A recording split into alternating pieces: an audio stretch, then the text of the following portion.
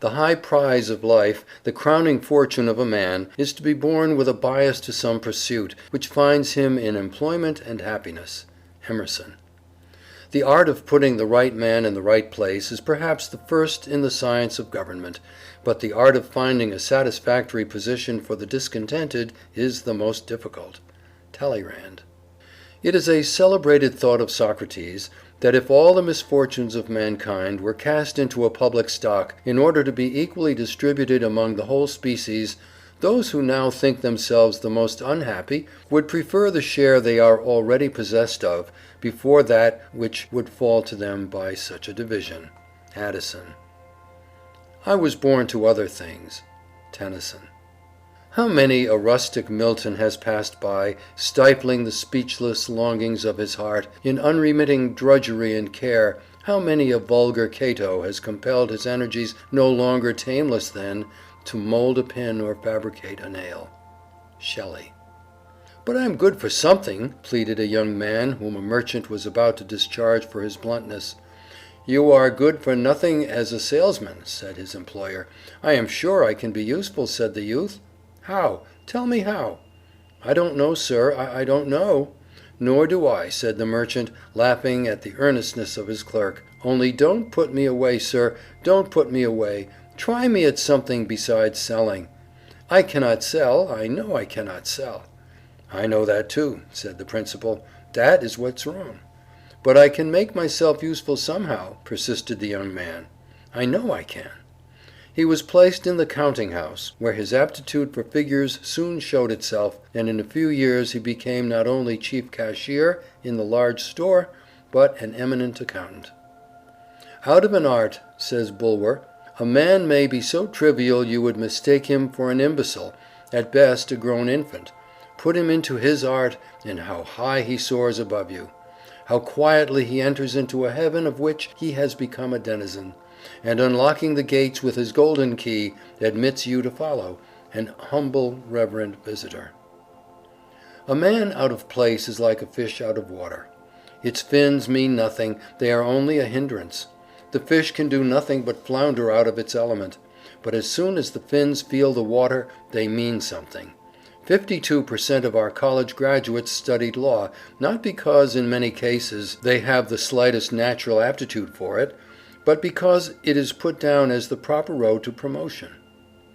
A man never grows in personal power and moral stamina when out of his place. If he grows at all, it is a narrow, one-sided, stunted growth, not a manly growth. Nature abhors the slightest perversion of natural aptitude or deviation from the sealed orders which accompany every soul into this world. A man out of place is not half a man. He feels unmanned, unsexed. He cannot respect himself, hence he cannot be respected.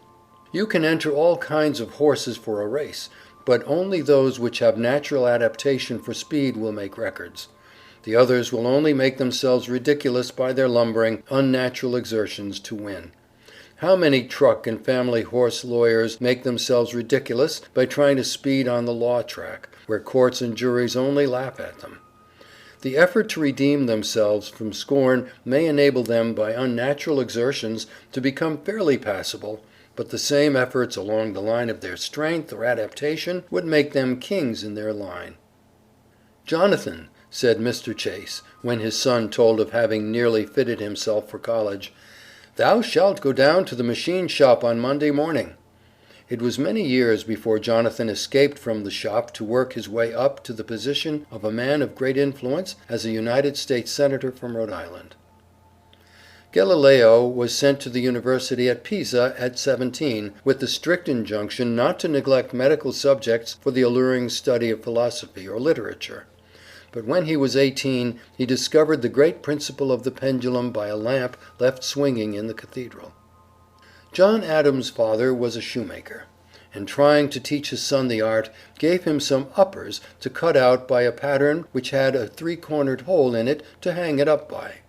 The future statesman followed the pattern, hole and all.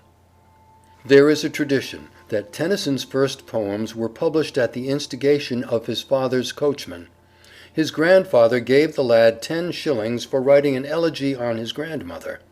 As he handed it to him, he said, There, that's the first money you ever earned by your poetry, and take my word for it, it will be the last." Murillo's mother had marked her boy for a priest, but nature had already laid her hand upon him and marked him for her own. His mother was shocked on returning from church one day to find that the child had taken down the sacred family picture, Jesus and the Lamb, and had painted his own hat on the Saviour's head, and had changed the lamb into a dog. The poor boy's home was broken up, and he started out on foot and alone to seek his fortune. All he had was courage and determination to make something of himself. He not only became a famous artist, but a man of great character. "Let us people who are so uncommonly clever and learned," says Thackeray, "have a great tenderness and pity for the folks who are not endowed with the prodigious talents which we have. I have always had a regard for dunces.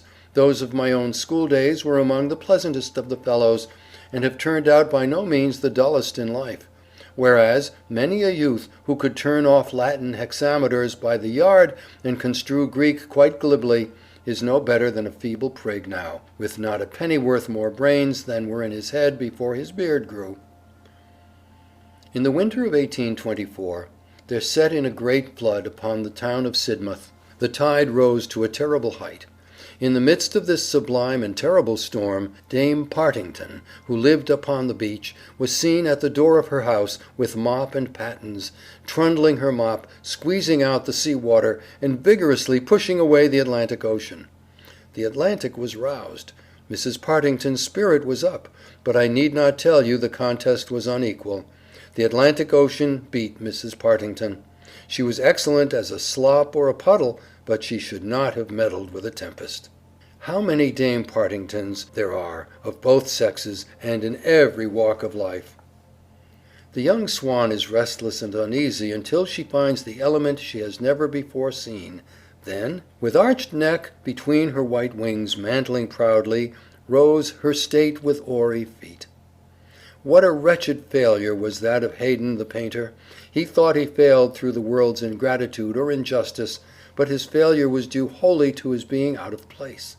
His bitter disappointments at his half-successes were really pitiable, because to him they were more than failures. He had not the slightest sense of color, yet went through life under the delusion that he was an artist. "If it is God's will to take any of my children by death, I hope it may be Isaac," said the father of Dr. Isaac Barrow. "Why do you tell that blockhead the same thing 20 times over?" asked John Wesley's father. "Because," replied his mother, "if I had told him but 19 times, all my labor would have been lost, while now he will understand and remember."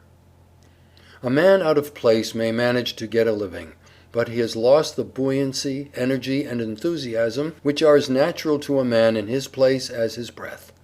He is industrious, but he works mechanically and without heart. It is to support himself and family, not because he cannot help it. Dinner time does not come 2 hours before he realizes it. A man out of place is constantly looking at his watch and thinking of his salary. If a man is in his place, he is happy, joyous, cheerful, energetic, fertile in resources.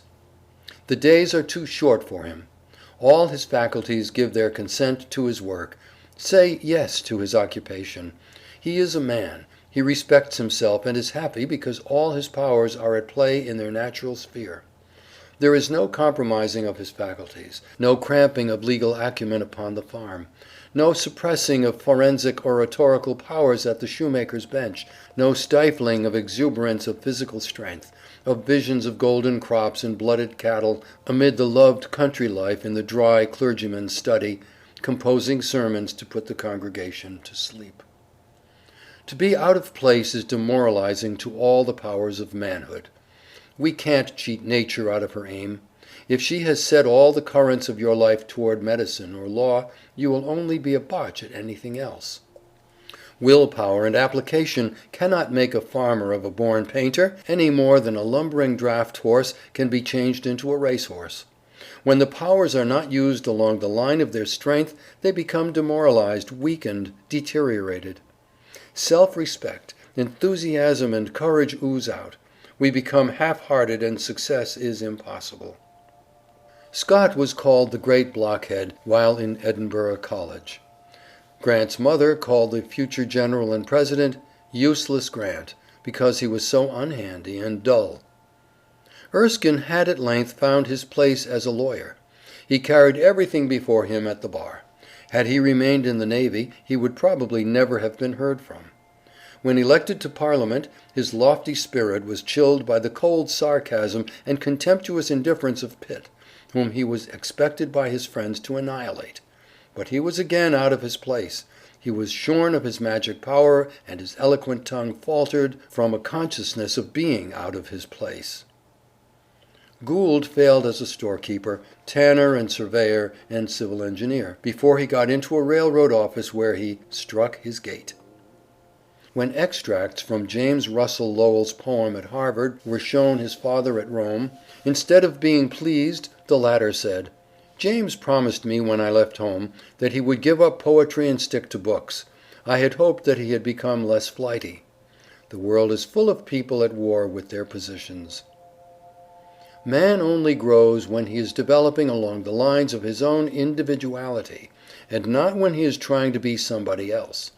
All attempts to imitate another man, when there is no one like you in all creation, as the pattern was broken when you were born, is not only to ruin your own pattern, but to make only an echo of the one imitated.